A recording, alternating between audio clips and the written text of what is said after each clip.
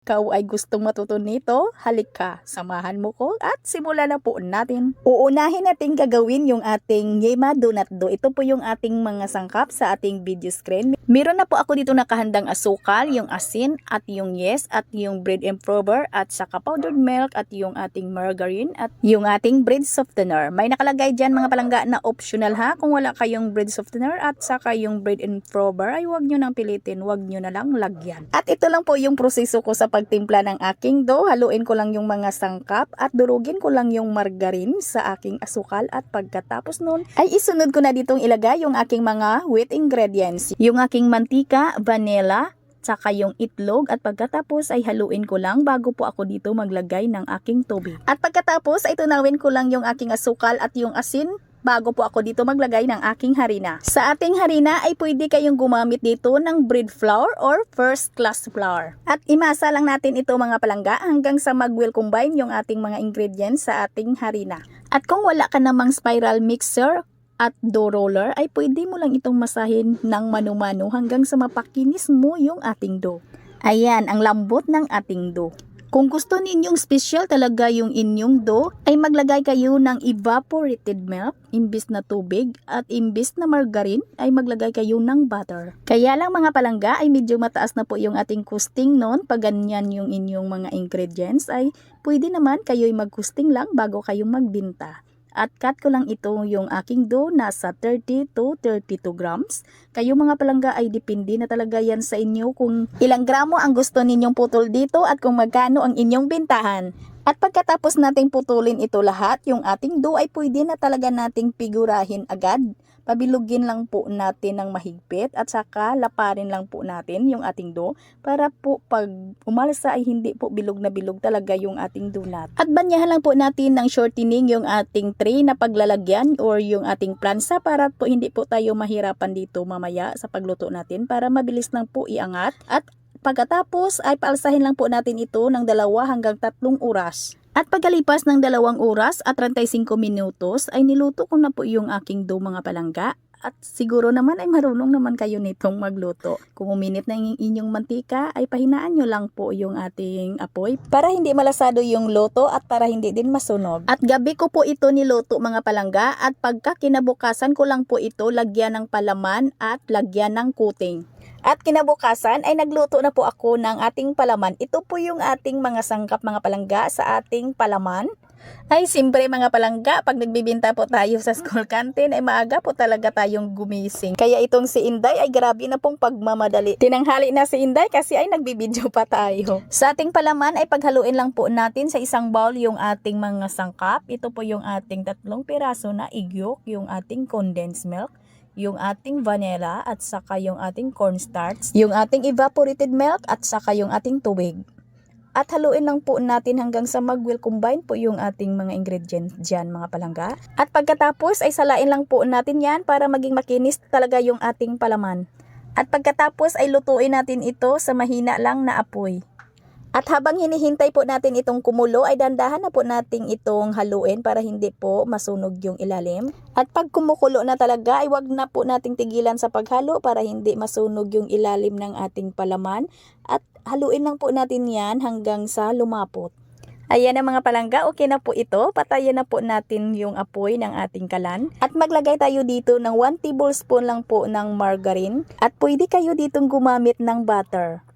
At tunawin lang po natin ito, matutunaw lang po ito kahit wala na pong apoy yung ating kalan kasi mainit pa po yung ating palaman. Ayan ang mga palangga, napakakinis po ng ating palaman.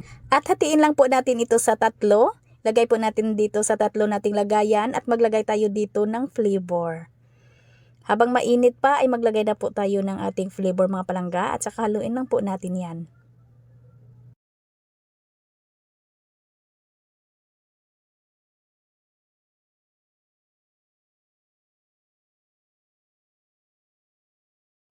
At ito naman yung plain natin na wala pong flavor. At isit aside lang muna natin ito mga palangga. Ipalamigin lang muna natin ito. Pwede ding ilagay ninyo ito sa inyong chiller. Pero ako hindi ko na ito ilagay ha kasi gagamitin ko na ito. At ngayon ay gagawa na po tayo ng ating pinaka-coating. Ito po yung coating natin mga palangga na matagal po talagang malusaw. Meron na po tayo ditong 3 cups ng ating all-purpose flour. Lutuin lang natin ito mga palangga hanggang sa mag-aroma na po yung amoy niya. Hindi natin dito kailangan yung golden brown mga palangga ha. Huwag po natin itong gawing golden brown ha. Madali lang po talagang itong lutuin. Pag naamoy po natin na amoy harina na naluto ay pwede na yan mga palangga. At sa paghalo po natin ay kunting durog lang po para po yung mga bilog-bilog niya ay madurog po. Pag ganyan na mga palangga, ayan na okay na po yan. Patayin na po natin yung apoy ng ating kalan.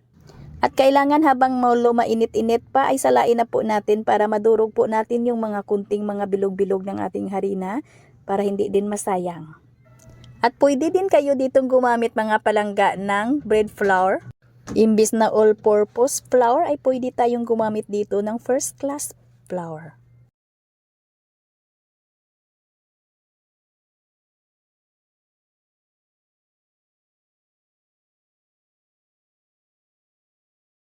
At isunod na din natin ditong ilagay yung ating powdered milk at salain lang po natin mga palangga kasi po maraming bilog-bilog po yung ating powdered milk.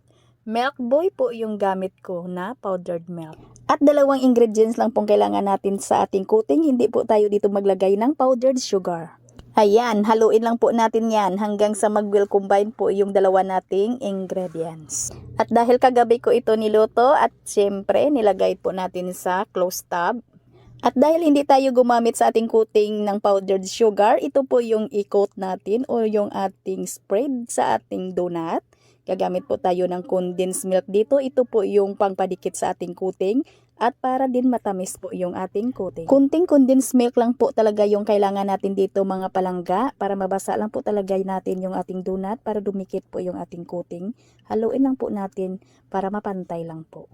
Kung gusto ninyo na makapal talaga yung ating coating dito ay pwede ninyo itong ibabad yung ating donut sa ating coating. At i-double coat po ninyo. Yan makapal na yung coating ninyo. Ako mga palangga ay nagmamadali po ako tinanghali na. Hindi ko na po ito binabad. At yung ating coating dito ay hindi po ito maubos. Ayan po, marami pong natira. At butasan lang po natin ito sa gitna. Gamit lang po yung ating hinlalaki. Huwag tayong matakot magdiin. At huwag nyo lang masyadong lakihan yung butas ninyo ha. Baka ma-short po tayo sa ating palaman. Tansyahin nyo lang po mga palangga. At lalo na pag mura lang yung bintahan ninyo ay liitan nyo lang po yung butas. Maliit lang po yung aking dough na ito ha. Nasa 30 to 32 grams lang po ha. Kaya mura lang po yung bintahan ko dito. At nakagawa po tayo dito sa ating recipe ngayon ng 62 na peraso. Sana naman mga palangga ay itong aking video ay i-share po ninyo para naman po marami naman po yung matulungan. Kung sa tingin po ninyo ay mabusis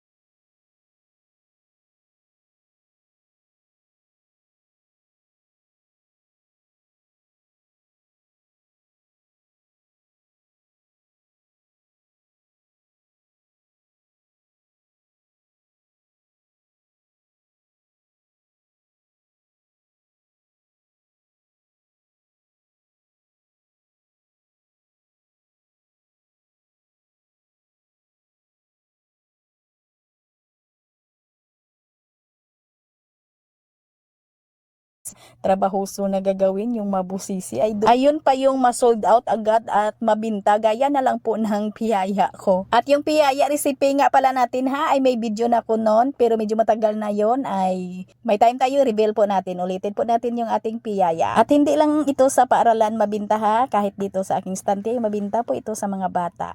Sana po ay may natutunan mga palangga.